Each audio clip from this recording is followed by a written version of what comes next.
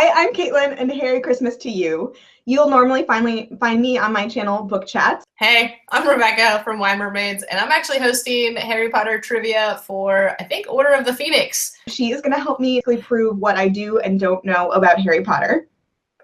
Now, if you've been watching my channel, that might make sense to you, but since you probably haven't, you don't know that I stopped reading Harry Potter like 15 years ago after the 4th book, and I decided to stop reading them, and I have a whole video about that on my channel, so we won't get into it here, but I did read the first 4 multiple times. I watched the first 2 movies in English, the 6th movie in German, and last year I watched Fantastic Beasts. Rebecca has volunteered to ask me some trivia questions, and I am going to, based on my pop culture knowledge and my imagination, which is mediocre, make up the best possible answers to those questions. These are not that hard.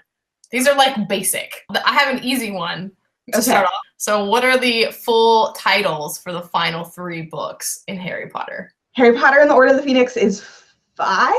Yes. And then 6 is Harry Potter and the Half-Blood Prince. And then the last book is Harry Potter and the Deathly Hallows. Yay! Who is the Half-Blood Prince?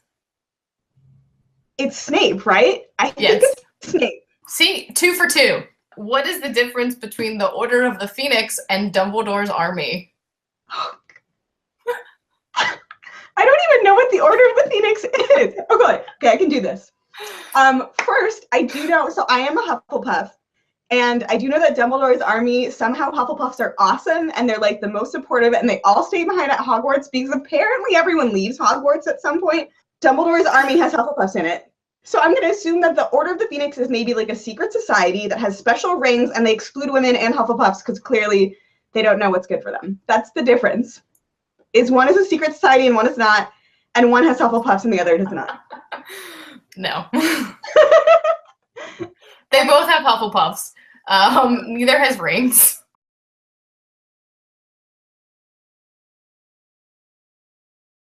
Oh, but they're all fighting Voldemort together. Technically. So like the Dumbledore's army is just like the school rebellion like club, whereas Order of the Phoenix is like the adults actually doing like dangerous stuff. Apparently I skipped like 90% of the death in this series, so. Yeah, you did. I think I know most of the death. All right, well then here we go. How does Dumbledore die? Oh, that was in the movie I saw. Snape killed him. Yes.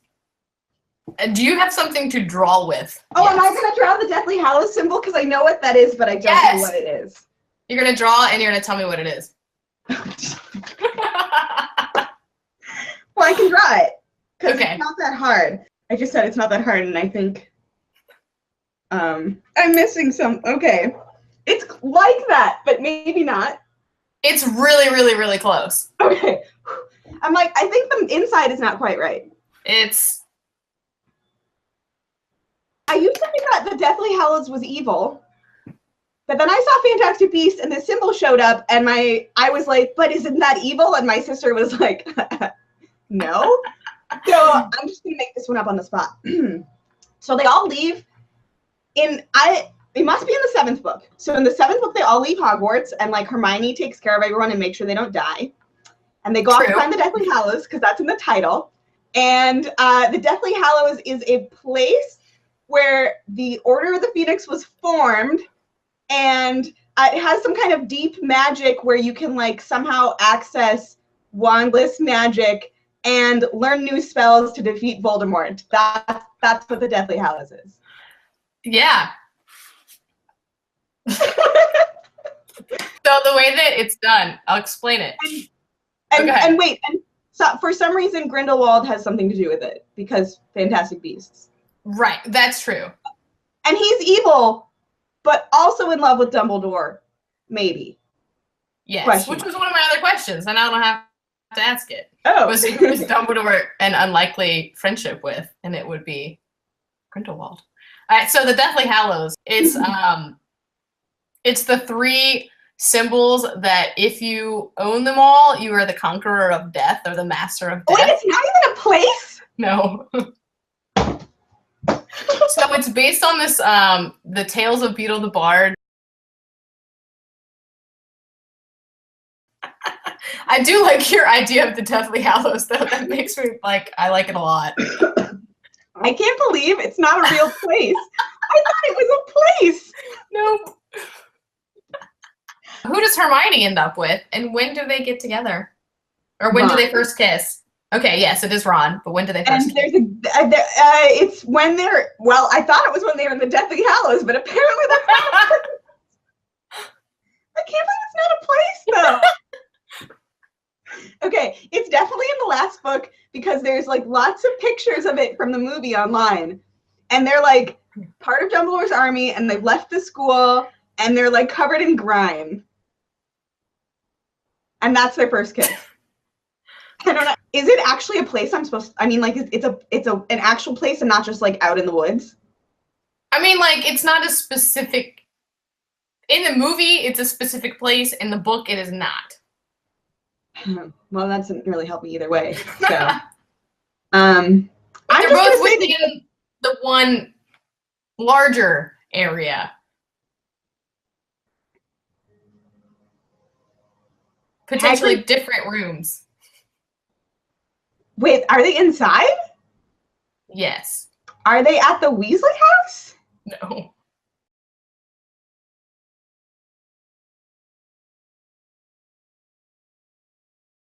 You ready? Okay. So in the movie, they're in the Chamber of Secrets. I was like, do they go back to that dank place in the Chamber of Secrets? And I'm like, no, there's no reason to go back there. Why would you go back there?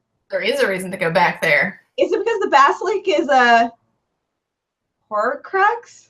Basilisk? Close. The basilisk can get rid of. No, the basilisk is not a Horcrux. The journal is. That's the only one I know. Well, no, I know 2 Horcruxes. Okay, so what are the 7 Horcruxes?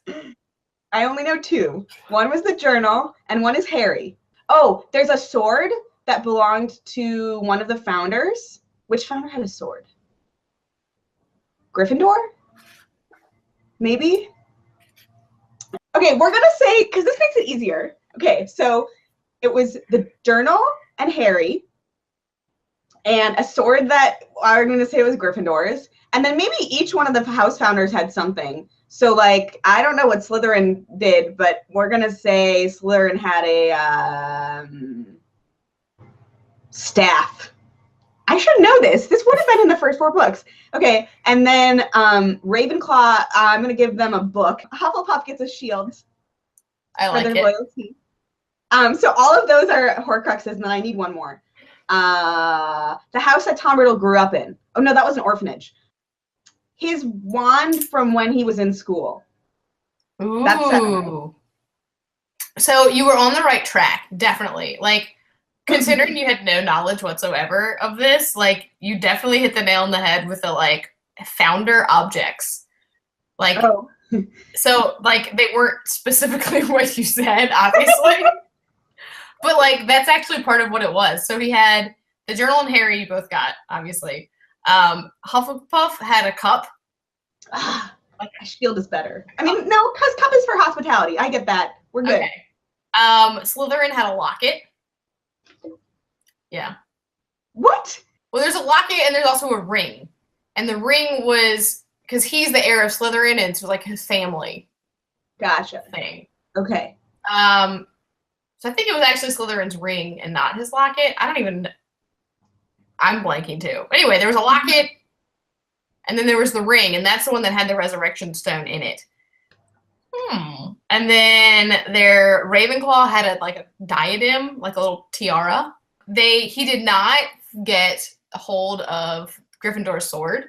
It was a sword! Yes! But it was a sword, but he didn't get a hold of it because Dumbledore had it, so he used his snake instead.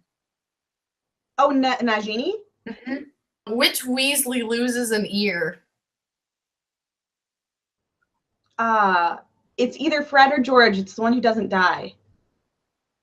Fred? Nope. No, I feel like Fred's the one who dies. George? No, wait. I'm pretty sure Fred is the one who dies, so George loses an ear. Yes. Although that's like really, really, really tragic. Yes, it is. Because I really liked Fred and George. Like, yeah, that's the one I can't get over. Like Fred, I just can't. It still bothers me. All these years later. Yeah. Who is Creature? What is Creature? Who is Creature? No, like I'm supposed to know. Okay. Oh, dear. The name, it's not Creature like Creat. It's Kreacher. So it's a name. Creature is Voldemort's right-hand man. He met him in the years between his death at Harry's like childhood and his resurrection in the fourth book somehow. And he has aspirations to be like second in command to Voldemort after he takes over the Wizarding World. That's my final answer. He's Harry's house elf. Harry has a house elf?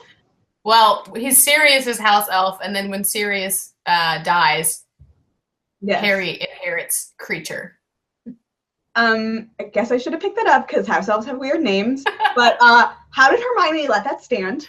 She wasn't happy about it, but they couldn't free him because he knew too much about the Order of the Phoenix, because that's where it was taking place, and he was in love with like Bellatrix Lestrange and like other Voldemort supporters.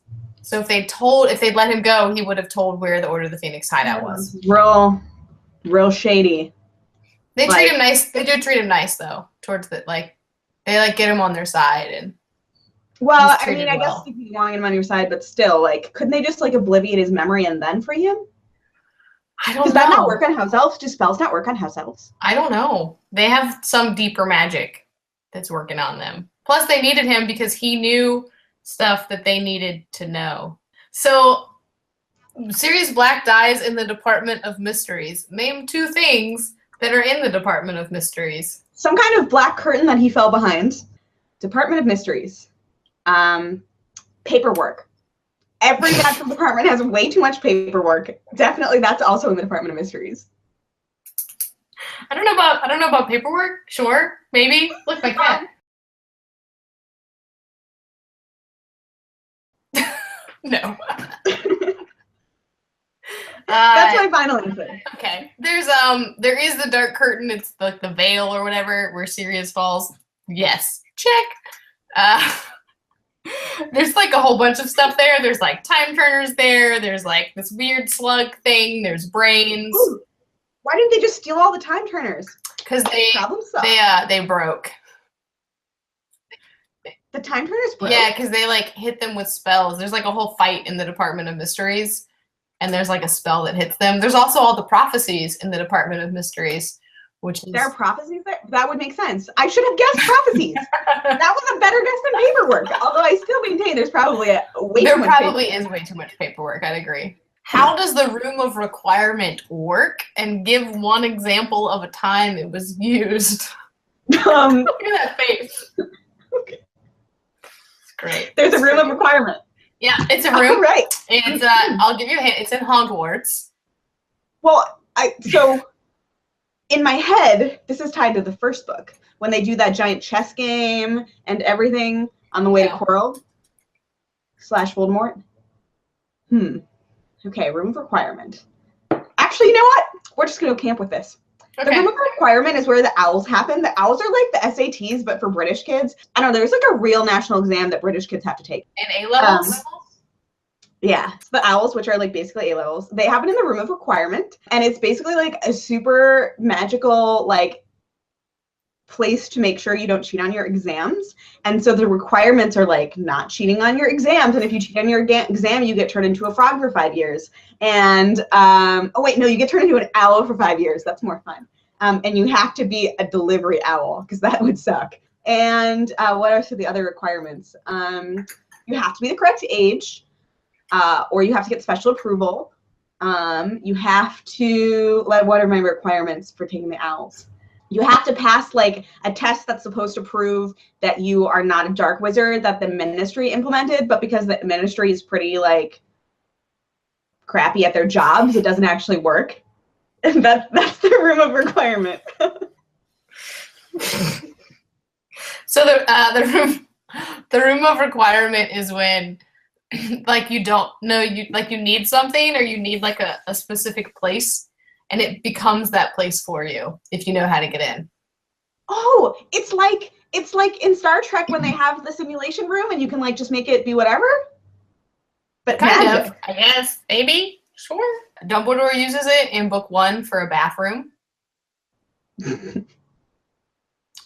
He's like, I think So it was in the remember, first book. yeah, it was, but they didn't know that's what it was. He just says, I just found like a bathroom that I never knew was here before.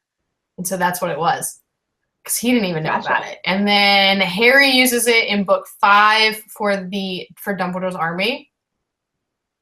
And so oh wait, Dumbledore's army starts as early as book 5? Yes. Because that's when Umbridge is there and they're rebelling against her. I guess I should have known that, but because I only watched the 6th film in German, right. I completely missed that. Yes, well, because that was in 6 and not in 5. They don't really do much in 5 with it. It's more, I mean, in 6. It's all in 5. It's like. Oh, okay. I assumed that it was in 7 as well, so, yeah. Oops. It's kind of reference, but it's not like a big thing anymore. So, yeah, so he uses it, and then Malfoy uses it in 6 to use the Vanishing Cabinet to get the Death Eaters into Hogwarts. Oh! And then they use it again in book 7. Neville uses it as a hideout. Okay, so you might know this one since you saw books or movie 6. Who is Grawp? Grawp. Oh, is it like a raven that belongs to Bellatrix? No. Is it an animal? It's a creature. I can tell you whatever I want. I make the rules. Is it a house elf that belongs to Bellatrix? No, they don't belong to Bellatrix. No, wait, it's in 5, not 6. My bad. Is it the name of the hippogriff that helped them in the 3rd book? Did it come back? It's a hippogriff. Buckbeak. Oh, is it a dragon? It's a dragon. It's one of Charlie's dragons. That's what I decided. Final answer. One of Charlie's dragons. It's Hagrid's baby brother. He's a giant. Hagrid has a brother? Yeah. But he's like a legit giant. Oh, his brother is not also half giant. No, he's a legit giant. Does he have a full human sibling? Not that I know of. Interesting. Mm-hmm. Whose baby does Harry become godfather to? You don't have to know the kid's name. Oh, wait. Oh, wait. Sorry. No, I do really know this one. It's Remus and Tonks's kid. Yes. Correct. She must be in the Order of the Phoenix. Yes. Does Lupin also die? Do like Ginny and Harry have to take over raising the kid or no? So, yes, Lupin dies. No, they don't have to raise him. He's being raised by his grandparents. But Harry is his godfather. Gotcha. His name is Teddy. Aww. Yeah, I like it. It's cute. You did pretty well, considering you haven't read or see, like you don't know that part of the story. Thank you so much for coming up with these questions. Sure, it was fun. I still can't believe the Deathly Hallows is not a place. I totally thought it was a place. Nope. But yeah, I hope that I guess I will close it out and let you go. Thank you so much for watching. I hope this was entertaining for those of you watching it. Feel free to let me know down below how ridiculous it is that I didn't know these things, because apparently they were easy questions. I don't know. They were hard, guys. The first 2 were easy. Please continue watching all of the fun videos on this channel. The rest of them will have a lot more knowledgeable Harry Potter content. Well, Rebecca was very knowledgeable. I was just not. So, bye, and a very Harry Christmas to all of you.